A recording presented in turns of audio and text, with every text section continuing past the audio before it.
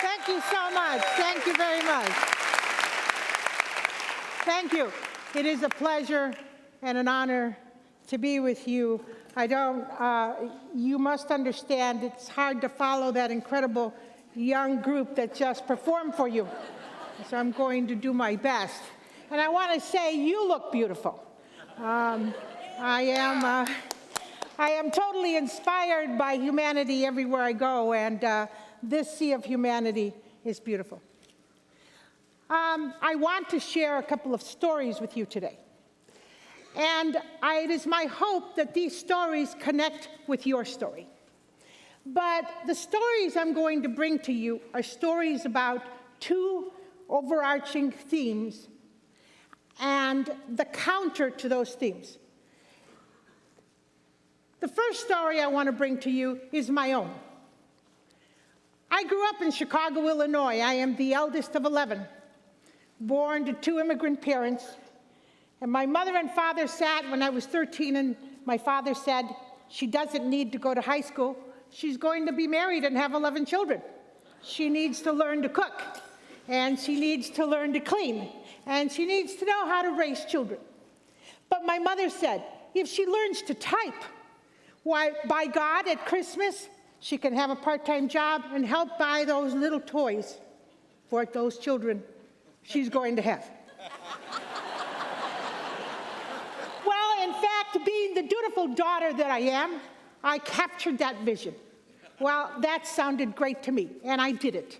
I did just what my parents envisioned for me.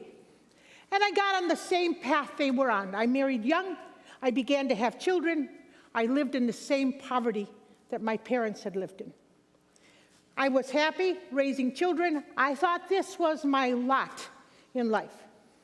I'm a Roman Catholic, and my own congregation began to call me forth to come to meetings and to participate in conversations. My response to the good priest was always, Father, I'll bake you a cake. I'll come set up the chairs. I'll even, mimeograph some agendas for you, but I don't think you want me there. I don't have much to contribute.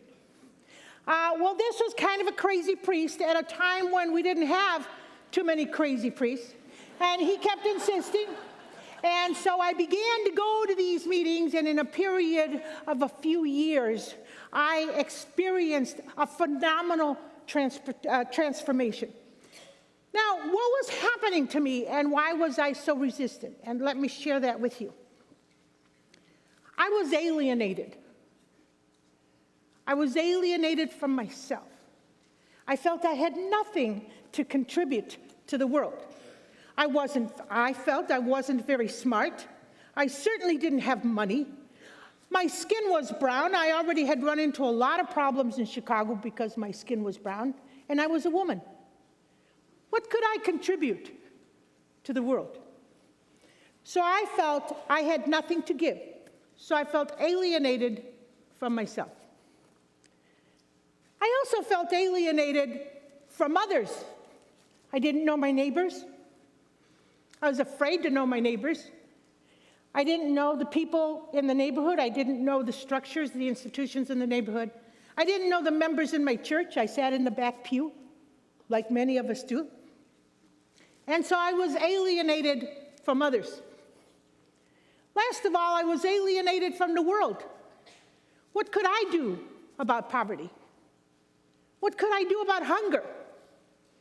What could I do about bad schools? I already had small children. Where would I send them? I had no money. And so I felt alienated from the world, as many people do.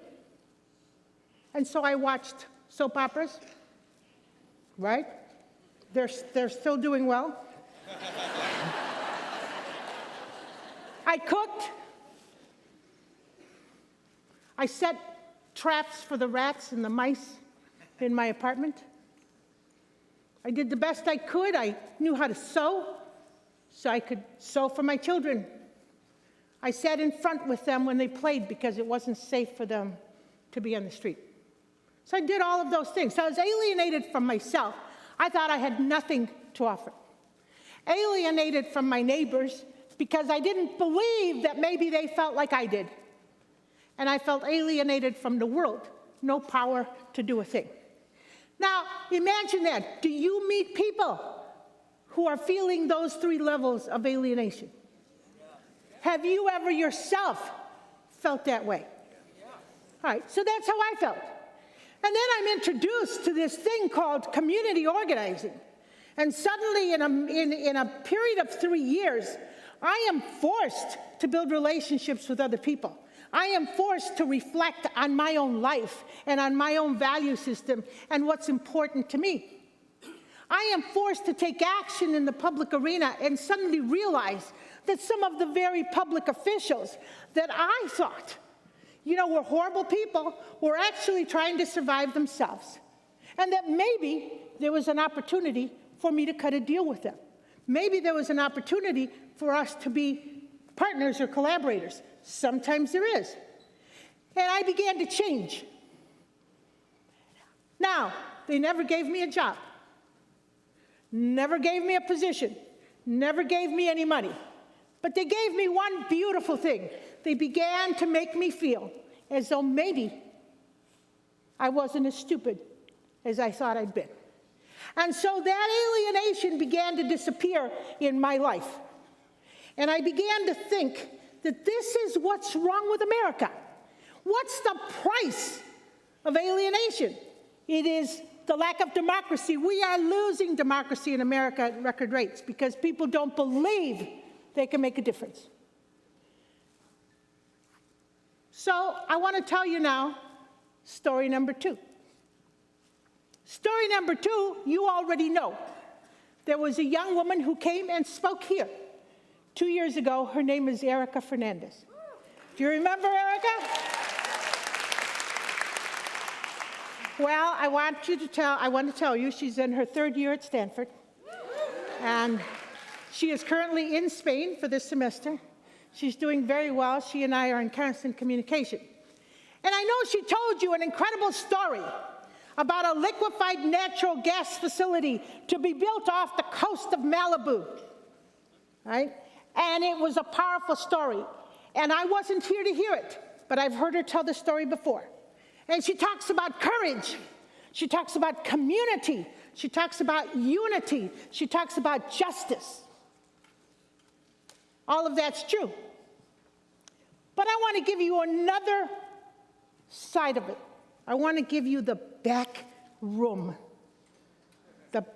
strategy that won that campaign. Because it wasn't the unification of the people that won it, because they were all poor. It wasn't the courage, because I've seen a lot of courage. Doesn't mean they win. What happened is that there were 3, let me set the stage. There were 3 major components to this campaign. Actor number 1, BHP Billiton, largest mining company in the world, 40-year agreement to put their facility off the coast of Malibu in military sea space so that, in fact, they could avoid environmental laws. Now, they understood what they stood to gain, but they had to get a lot of support. So they invested $3 million, grants for not-for-profit organizations in that region, contributions for politicians. They went to Washington, made deals with the last administration about where they could put this facility. They understood their self-interest, and they made it their business to understand the self-interest of the community they were going to try to enter. They knew the people individually were powerless, so they were after the institutions. So that's actor number 1. They're operating out of power and self-interest.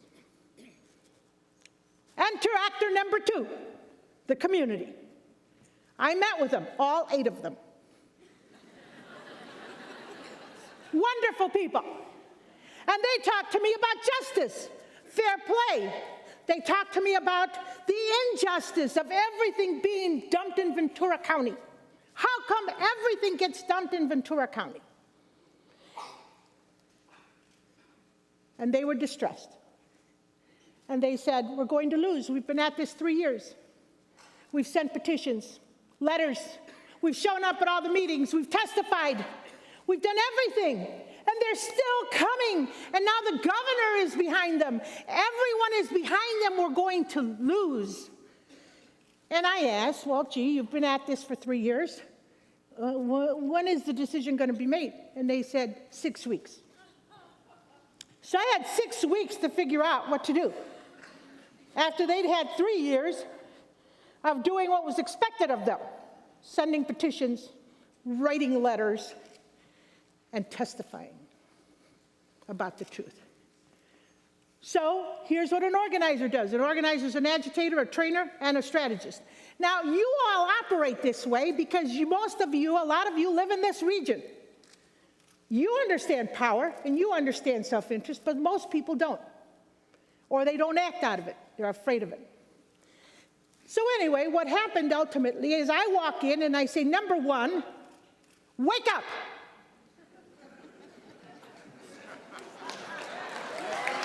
Wake up. Understand that this is being driven by power and self-interest, and what is your self-interest, and when are you going to define it, when are you going to declare what you value, and create a strategy that you can say yes to. So you got to say no to theirs, and you've got to have another one that you can say yes to. Yes. Thirdly, you have to build the power around self-interest, just like they did, and you got to go up against them. They were scared. They said, we don't like the language. We don't like the attitude. And we sure as heck don't like your aggressiveness. All right. But very quickly, we figured out there were 3 people going to make the decision. One hated the governor. And the governor was for this project, by the way. He hated the governor, was opposed politically to the governor, and would vote against anything the governor put on the table. So we knew he was with us. Then there was a second one who was appointed by the governor. So he was going to do whatever the governor needed and wanted. And thirdly, there was one who wanted to be the governor. All right? So now we figure out their self-interest. So how do we satisfy? We already know we got one. How do we satisfy the self-interest of the guy who wants to be governor? His biggest fear is, I'm going to offend labor. So we organized labor. We went after labor and said, what's your self-interest here? And we cut some deals with labor. Labor came out and did a massive press conference. The clergy came out and blessed the ocean. And then we went to Malibu. Yes, now we go to Malibu. And we say to Malibu, do you know that when you sit in your breakfast nook looking out the window, you're going to see that horrific thing out there in the ocean? Your pristine view is going to be destroyed?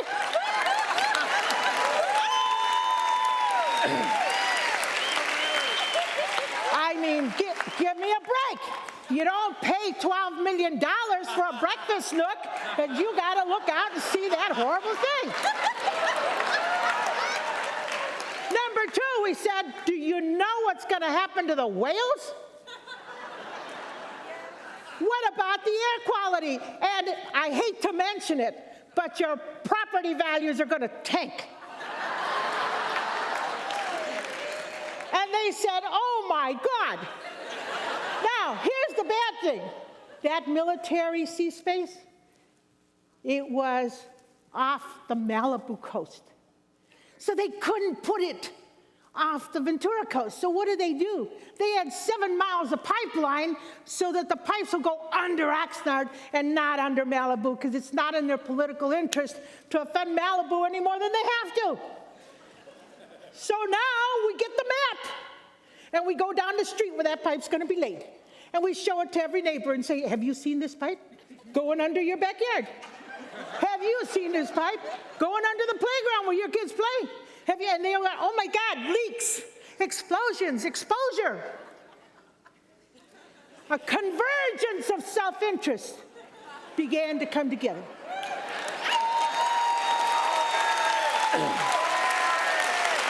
Okay. Now we go talk to the politicians. Now the politicians are saying, wait a minute. I think I got to take a second look at this. Maybe this is not good for the region after all. Despite that contribution I got, might not be all that good. And so pretty soon all the politicians are aligned with the community. The hearing is held. I already knew they'd won. They didn't know, but I knew they'd won. They walked in, all 3,000 of them. 500 of them from Malibu, including some movie stars. So we got movie stars. We got that 007 guy sitting next to the strawberry picker, sitting next to Olivia Newton-John.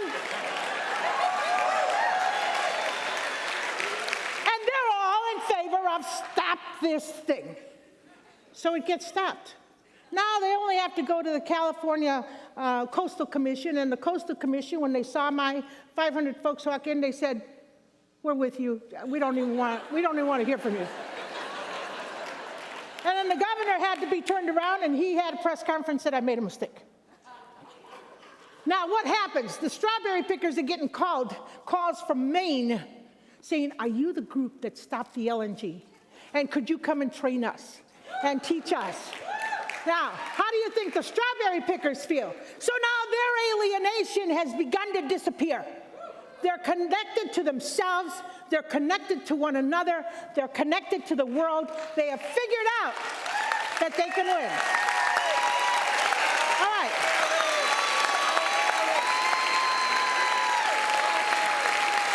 Now, this is happening across America. It's happening everywhere in America. It's happening in Detroit, Michigan, where we forced the state to support a program called Fix It First, because all the transportation dollars are going into sprawl and expansion. And we were saying, fix Detroit and the first surrounding suburbs first before you start expanding us into sprawl. All right? It's happening in the Bay Area.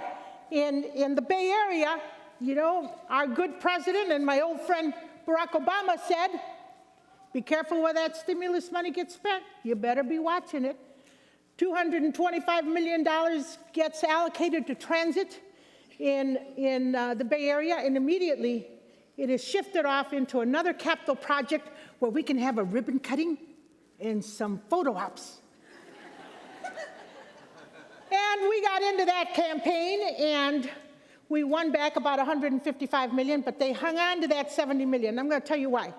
Because I have to fly into that Oakland airport sometimes, and by God, I have to get on a bus called the Air-BART. And then I got to go 7 minutes, you know, to the BART station so that I can get in downtown. They wanted to build me a ski lift so that I would go from the airport to the BART station in only 6 minutes. And it would only cost $500 million. So anyway, we battled that. They called us frivolous. That's what the Metropolitan Transportation Commission called us, frivolous. So we filed a complaint with the Federal Transit Administration, the federal government, and we won. And that money got shifted back. Now, what I'm trying to tell you here is we're living in a world where people are alienated from themselves, from one another, and from the world. And what they've got to begin to understand is decisions, unfortunately, are made around power and self-interest. That's how they're made in Marin County, and that's why Marin County is Marin County. All right? And you know that. Now, I want you to think about a neighborhood. I want you to think about a community that's close to where you live, that's brown, or black, or working poor, or immigrant, where you think that people feel alienated. And I can tell you right now that the issues they are working on are the issues you care about. That's why I came. You know, you folks are basically viewed as tree huggers in the world that I live in. You are. I'm not saying that's bad. I'm just saying that is.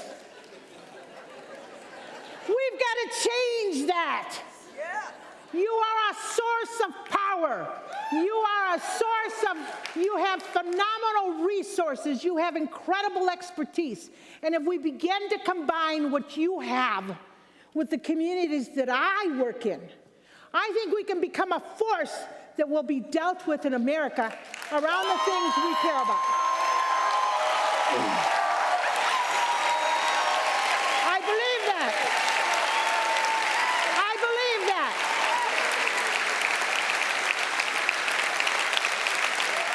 I believe that. Yesterday, a friend of mine that I hadn't seen for a while, I saw her here, and she said, the reason I come is because Bioneers gets it. They understand the relationship between the environment and social justice. So whether we're talking about affordable housing, you know, in San Diego, in one community is the highest level of asthma in the state of California. Do you know why? Mold and roaches. And why is that permitted? Because there's slum landlords who are permitted to behave in that way, and politicians don't want to hold them accountable because they want to continue to get contributions from them. People who feel powerless. In Fresno, California, another place, high asthma among children. Children who no longer can get health care because they've exasperated all of their benefits for a lifetime on their insurance policy. Why? Pesticides. Now, a lot of these things, you know, if you look at Chevron and Richmond, these are things that, you know, we have to live with. But we got to negotiate the terms. We've got to negotiate the terms. And right now, we are not engaged in negotiating the terms. And so how do we marry one another? The social justice community and the environmental community, and begin to understand that whether it's transportation, whether it's jobs, immigration reform, it's all connected to environmental issues. If you think about the countries that people are coming from and the devastation we're responsible for in their countries, the elimination of rainforests, the elimination of farming, all kinds of things that we are responsible for in those countries. They're here, and then they're working in the worst conditions. They're our allies. They are our allies. So in Pittsburgh, battling over transit, winning $325 million for transit. In St. Louis, we just restored 1,200 bus stops because, again, they were taken away. It's being privatized. Everything is going to highways, despite what we're facing, this environmental crisis we're facing in the world. So how do we marry one another? You know, how do we start beginning to think, maybe Mary Gonzales is right that everything is driven by power and self-interest, and by God, that's exactly what I've seen in Marin County and in my own life. And maybe the poor and the working class and the immigrants and the people of color got to get into that conversation too. And maybe they ain't as stupid as I think they are. Maybe they're tough. Maybe they're courageous. Maybe they're ambitious. Maybe they're hardworking. So I come here not to preach to you, but to invite you, to bring you into this way of thinking of saying, maybe it's time that we marry these two communities in a real way.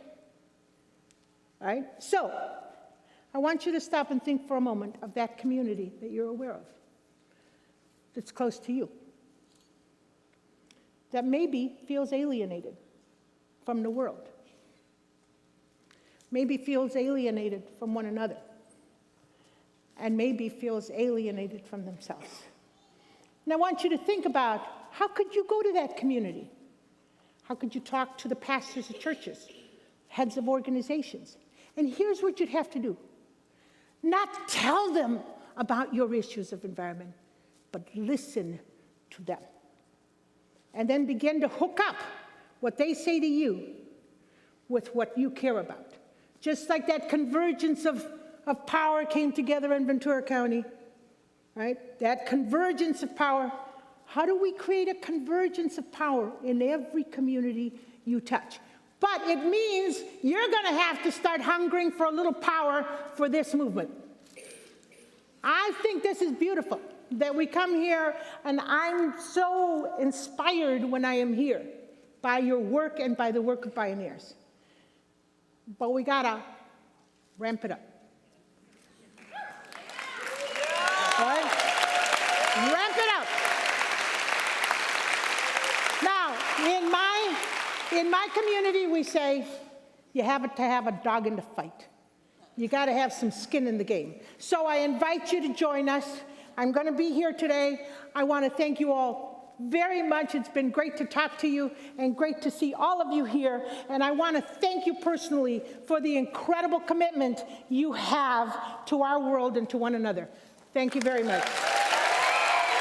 Thank you.